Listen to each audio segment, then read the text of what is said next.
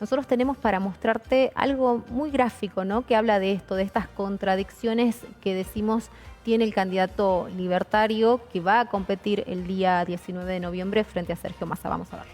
Porque conmigo sigue la educación pública. El mejor sistema educativo posible es uno donde cada argentino pague por sus servicios. Sigue la salud pública. El mejor sistema de salud posible es un sistema de salud privado donde cada argentino pague sus servicios. Se termina la inflación y el tren y el colectivo lo vas a poder pagar sin que nadie te ayude. ¿Qué subsidios va a recortar? Todos.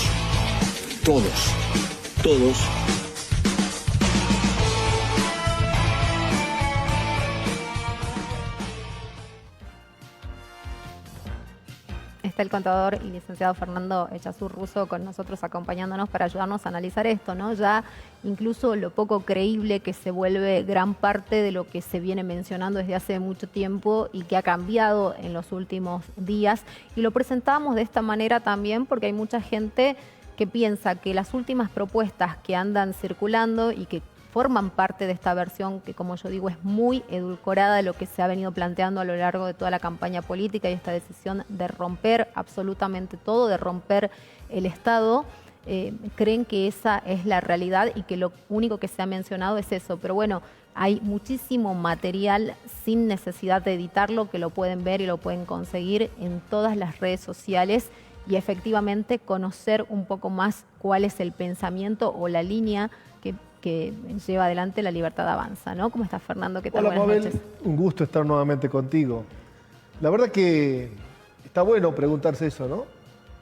¿Cuál de los dos miente? Y yo voy a hacer acá una salvedad porque frente a todas esas personas que me dicen no va a hacer esto, yo le asigno muchísimo valor, por lo menos yo particularmente, le asigno muchísimo valor a la palabra, ¿no? Algo que, por ejemplo, Carlos Saúl Menem, que es un referente para Javier Milei, no tuvo en la campaña del 89 y de hecho después lo termina admitiendo y mencionando que él nunca quiso contar la verdad de lo que pensaba hacer porque nadie lo iba a votar. Por supuesto. Entonces, acá digo, hay una semejanza y hay un cambio drástico en el discurso que se dio en medio de las PASO, que se da además recurrentemente, porque esto de romperlo todo, lo dijo Milei de forma permanente desde que irrumpió en los medios de comunicación, ¿no?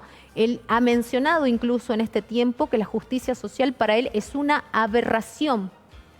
Bueno, Mabel, luego los argentinos hemos vivido lo que ha pasado este último tiempo, después del arreglo que él hace con el PRO, con Macri a la cabeza como si fuera el jefe de él, y con Patricia Bullrich, el cambio o el intento de Milei de cambiar el discurso o de querer convencernos a todos los argentinos de que en realidad no era tal lo que estaba proponiendo, sino era otra propuesta, obviamente mucho más ayornada.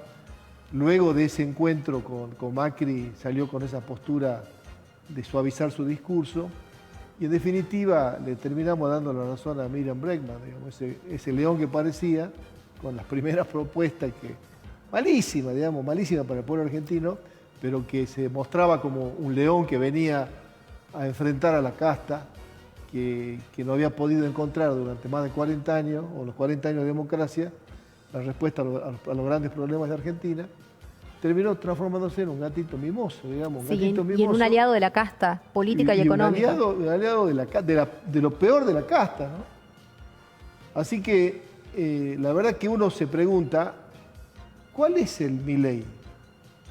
Pero sabiendo de que cuando él puede reafirmar lo que él sostiene que debe hacerse desde el gobierno, evidentemente que no se aguanta y termina sacando a la luz sus verdaderas intenciones. Y también hubo un recambio en la política comunicacional porque se conoció que él termina de alguna manera dinamitando, ¿no?, ese propio crecimiento que había tenido o alcanzando su techo cuanto más se exponía y más hablaba en los medios de comunicación. Y de hecho un poco el que se está mostrando, digamos, es Mauricio Macri con un tono mucho más calmo. Bueno, ya sabemos cómo es Mauricio Macri en relación a muchas cosas, lo hemos tenido de presidente y ha sido sin lugar a dudas también el que contrajo esta deuda enorme con el Fondo Monetario Internacional, que es, digamos, responsable de muchas de las cosas económicas o del contexto económico que estamos viviendo, ¿no? Porque también tenemos que tener una memoria que nos remonte a 4 años atrás y a cómo terminó quedando ese país con pymes fundidas y demás. Claro, pero está muy bien que lo plantees porque mucha gente dice, ¿hasta cuándo van a seguir hablando de la deuda que contrajo Macri? Es como que si no tuvieran una respuesta a los problemas a partir de la gestión. Digo, la verdad que... más allá de los inconvenientes de esta gestión, inconvenientes puntuales, digamos, que los tiene y los reconocemos. Evidentemente que hay muchísimos problemas y obviamente que no pudo Alberto Fernández encontrar la respuesta a los verdaderos problemas que tiene Argentina, digamos, o a los viejos problemas que tiene Argentina, sobre todo en materia inflacionaria. Pero está bien que lo plantees porque no es un tema menor el tema del endeudamiento argentino. Lo explicaron muy bien en esta semana los economistas que estuvieron debatiendo este tema en un foro, donde decían de que el modelo de Macri y el de Stugenegger, que era el presidente del Banco Central, era justamente financiarse mediante deuda. Digamos, no había, o había una emisión controlada, pero la financiación era con deuda, y una deuda monstruosa, digamos. Eso evidentemente es insostenible en el tiempo. Digamos. Si no se generan recursos genuinos desde el Estado y sobre todo la reactivación de la actividad económica, incrementando las exportaciones y que el saldo de esa balanza comercial, comparando las exportaciones con las importaciones, va a permitir que el Banco Central pueda tener recursos genuinos y poder tener una posición sólida desde el punto de vista financiero para garantizar el crecimiento económico del país. Pero evidentemente esa bicicleta financiera que hicieron, sobre todo con el altísimo endeudamiento que contrajo con el Fondo Monetario Internacional, condiciona la definición de políticas públicas en materia económica a cualquier gobierno. En definitiva, el Fondo Monetario Internacional es un organismo de crédito internacional que sale en auxilio de aquellas economías que fueron mal administradas, por eso también hay que decirlo, pero es un banco más. Y lo que quiere el Fondo Monetario Internacional como un banco más que es que los estados soberanos, a quienes le ha asistido financieramente, le devuelvan esa plata.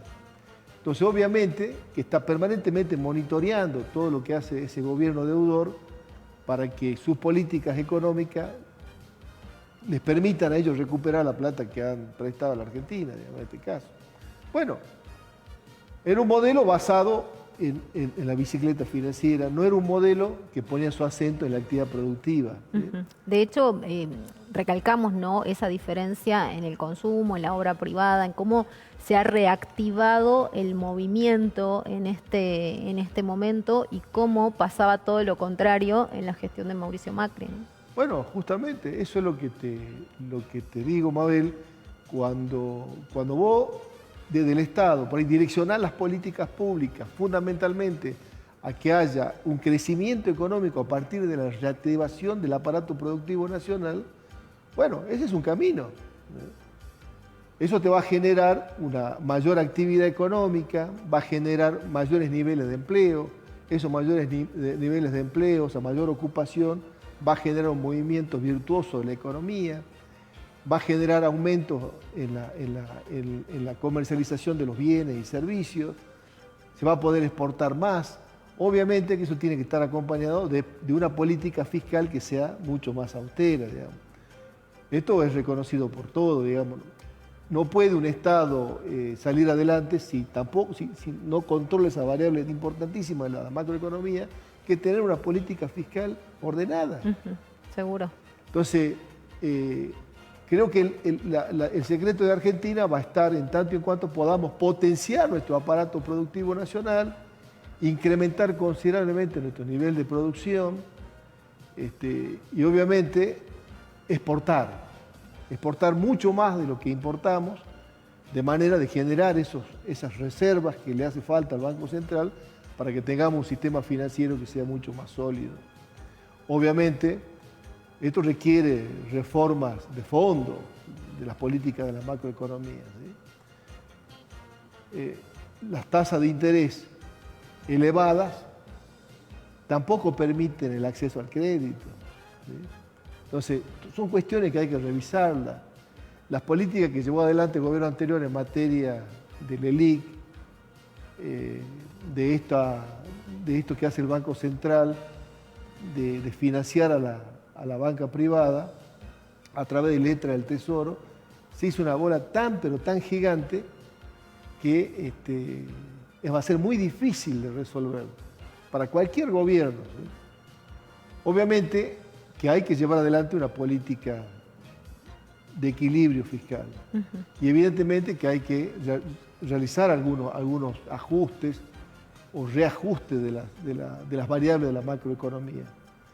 Pero lo que hay que también definir, y eso también está en disputa, sobre quién va a recaer ese ajuste. Claro, que siempre... Sobre la clase trabajadora, sobre los trabajadores, que siempre son los que más sufren, porque si el ajuste mayoritariamente lo reciben las personas que son trabajadoras, que son asalariadas, evidentemente el problema no se va a solucionar. Por supuesto.